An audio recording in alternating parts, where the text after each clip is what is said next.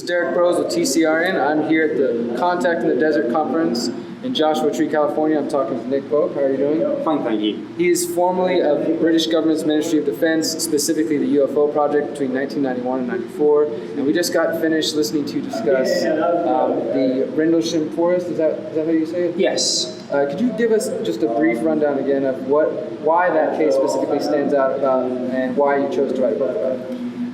This case is, I think, right up there with Roswell in terms of importance. It's December 1980, 2 American military bases in the United Kingdom. And what makes this important is that it's a UFO sighting over 3 different nights, multiple witnesses. Those witnesses were in the military, and the UFO was tracked on radar and left physical trace evidence in terms of radioactivity levels significantly higher than average, and indeed scorch marks on the trees. This wasn't lights in the sky, this thing landed.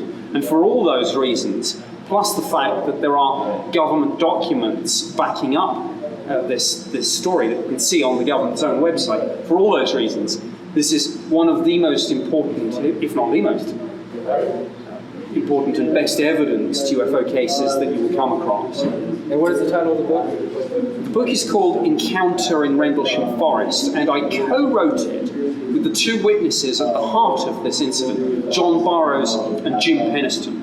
And they were the 2 who got closest to this UFO on the first of what was in fact 3 nights of activity. Jim Penniston got so close he actually touched the side of this thing. So we collaborated on this book, and we're very pleased with it. And we hope that it does a good deal to convince skeptics and people who maybe haven't thought about this issue that it is an important one, and it's not just stories. There are solid, well-evidenced accounts out there. And as far as the British government is concerned, is the case closed, nothing to look into? Where did they end up resting their investigation, or your investigation? The British government's official line on this is that it was looked at but judged to be of no defence significance. The MOD actually axed its UFO project in 2009 as part of a wider series of defence cuts. But critically, some defence intelligence staff files on the incident seem to have gone missing. So we may not yet have the full story of this, but the official line is that nothing really happened. But it's quite clear, I think, from the documents that we do have, and certainly from the testimony, that something quite extraordinary happened, and it certainly got, for the senior United States Air Force general in Europe to fly in and to be briefed on this, we know that this was taken seriously at the very highest levels. Now, in your talk earlier, you distinguished yourself from being a whistleblower, saying that you're speaking on documents that have been declassified by the government itself. As far as whistleblowers go, Edward Snowden obviously has been in the news the past couple of years.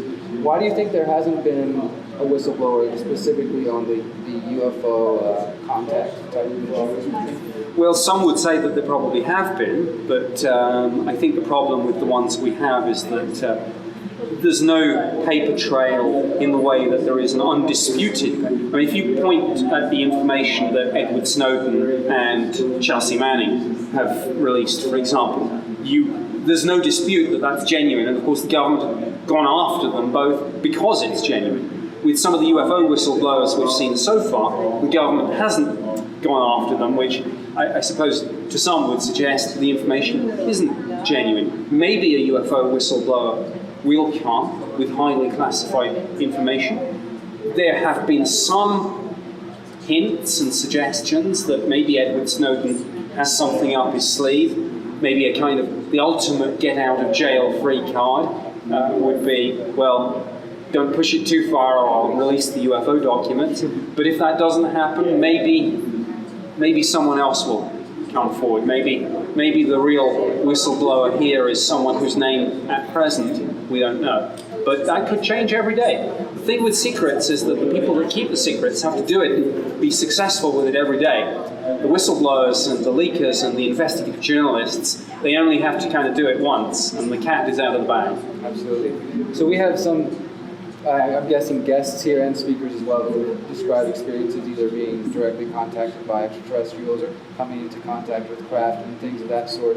You yourself even suggested in 2012 that we might see, a show of UFOs at the Olympics or some larger event like that. Obviously, that didn't take place. Do you still hold that viewpoint that if there are extraterrestrials or some type of intelligence behind UFOs, that they would show up on a larger meaningful event? Well, I think my comment about the London Olympics in 2012 was slightly taken out of context. What I was actually saying, I was speaking speculatively and saying that actually if there was to be a contact, there is some logic to the theory that it would not be the sort of lonely country road late at night, but it would be a sports stadium with hundreds of thousands of people. I said, like the Olympics. And I think that slightly got taken out of, yes, my remarks were somewhat misconstrued.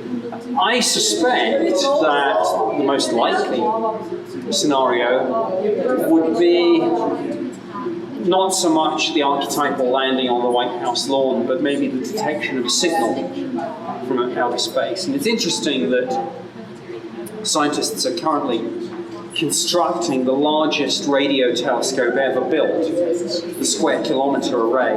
When it is fully operational in 2024, it will have the power and sensitivity to detect an airport radar at 50 light years. So in other words, if there are other civilizations out in our little corner of the galaxy, we will find them. Maybe that's the way this will unfold.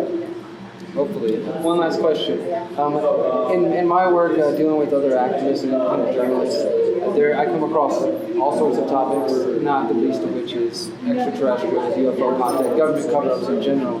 Why do you think those who are more on the skeptic side of things should be concerned with the amount of cover-ups and just denying from the government? Why is that an issue that should matter to others? Well, I think John Podesta said it best. And as a former presidential chief of staff, his opinion, I think, carries some weight.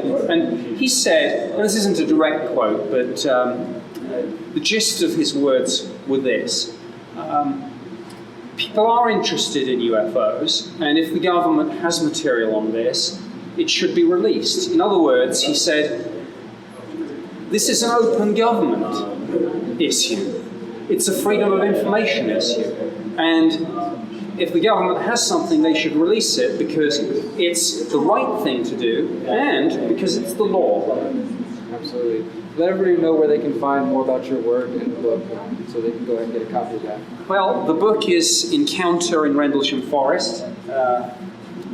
This is what it looks like. This is available, of course, from Amazon and all similar websites and all good bookstores. Further details of my wider work can be found on my website, which is nickpope.net. Awesome. Thank you for all your work and for your time. Thank you. All right.